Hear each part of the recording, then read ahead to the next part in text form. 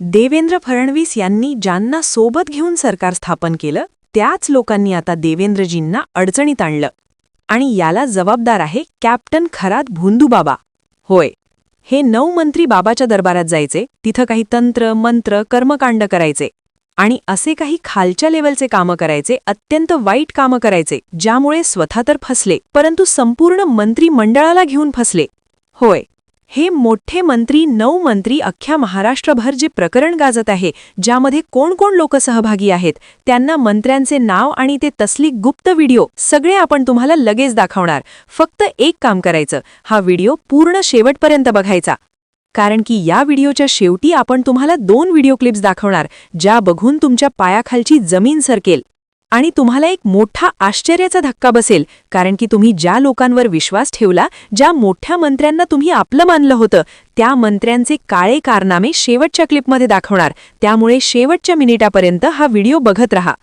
Captain Ashok Kharat याचे काळे कारनामे आणि त्याच्यासोबत मिळालेले मंत्री, राज्याचे प्रमुख लोक आहेत, प्रमुख कॅबिनेट मंत्री, प्रमुख नेते, या सगळ्या नेत्यांना महाराष्ट्राच्या जनतेचं काही घेणं नाही.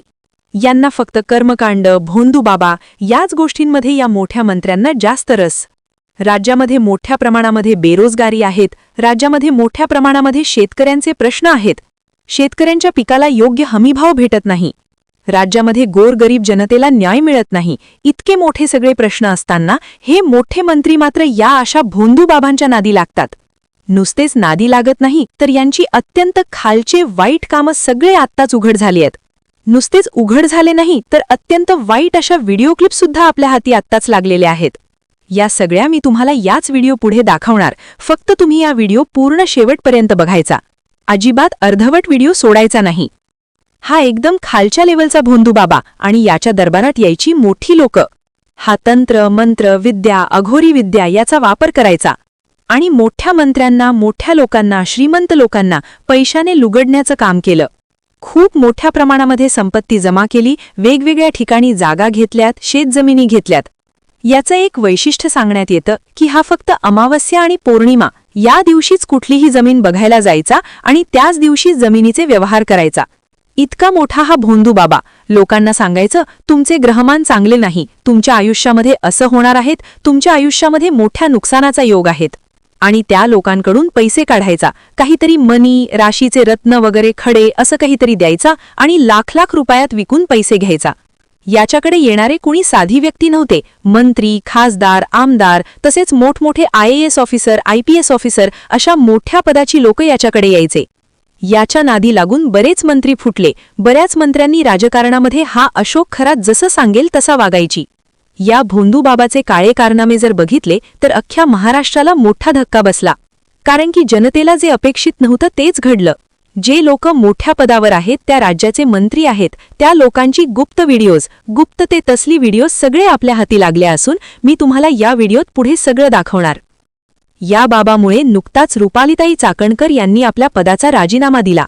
या बाबामुळे मोठमोठे लोक याच्या जाळ्यात बसले आणि अजून या 9 मंत्र्यांना सुद्धा हा बाबा सोडणार नाही.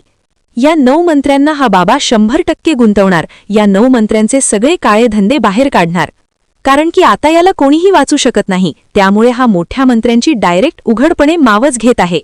नुसतीच नावं नाही, तर या मोठ्या मंत्र्यांनी काय काय याच्यासोबत मिळून वाईट कामं केलेत ते सुद्धा सांगत आहे. त्यासाठी कोण कोण मंत्र्यांनी कॅबिनेट बैठकीत काय निर्णय घेतला, याच्यासाठी कोण मंत्र्यांनी काय काम केलं हे सुद्धा याने आत्ताच सगळं कबुली दिली असून हे सगळे ऐकल्यावर तुम्ही आश्चर्यचकित होऊ नका, कारण की हा फक्त सगळ्या साध्या गोष्टी आहेत. अजून तुम्हाला मोठा गुप्त पुरावा देणार आहेत, ज्यानुसार या बाबाच्या दरबारात कोण कोण आलं आणि या बाबाच्या ऑफिसमध्ये काय काय वाईट कामं झालेत ते सगळे मी तुम्हाला दाखवणार. फक्त शेवटपर्यंत हा व्हिडिओ बघत रहा. 20 फुटांचा एक नाग अशोक खरातनं बोलावल्यावर यायचा. खरातच्या इशाऱ्यावर नाग डोलायचा. खरातनं इशारा करताच नाग निघून जायचा. हे असं खरंच काही होत असेल तर त्यावर मुळीच विश्वास ठेवू नका, कारण या भोंदूबाबा अशोक खरातनं भोंदूपणाचं दुकानच उघडलं होतं. त्या दुकानात तो चमत्कार विकायचा. त्याच्या या भोंदू बाजारात काय काय होतं ते पहा.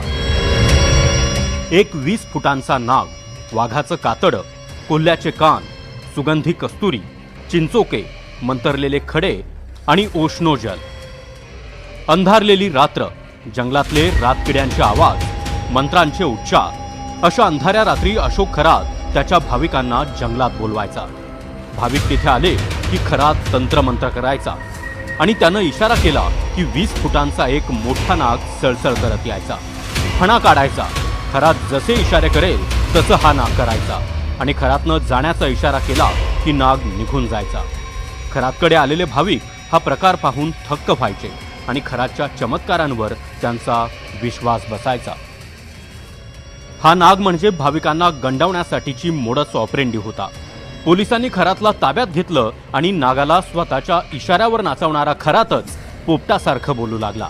त्यातूनच उघड झालं या नागाबद्दलचं सत्य. खरात वापरत असलेला हा नाग खोटा होता. त्यानं कागदाच्या लगद्यापासून हा नाग तयार केला होता. कागदाच्या लगद्याचा हा नाग हुबेहूब खऱ्या नागासारखा दिसायचा. या नागामध्ये ड्रोन यंत्रणा बसवली होती. त्या नागाचा रिमोट कंट्रोल खरातच्या हातात असायचा. रिमोटच्या मदतीनं खरात त्या नागाला हवं तसं वळवायचा. नागाला बोलावून चमत्कार दाखवायचा. हा प्रकार खरातच्या मिरगावातल्या श्री शिवनिका संस्थांमध्ये रोजच चालायचा. या बनावट नागाबरोबरच खरात वाघाचं कातडही दाखवायचा.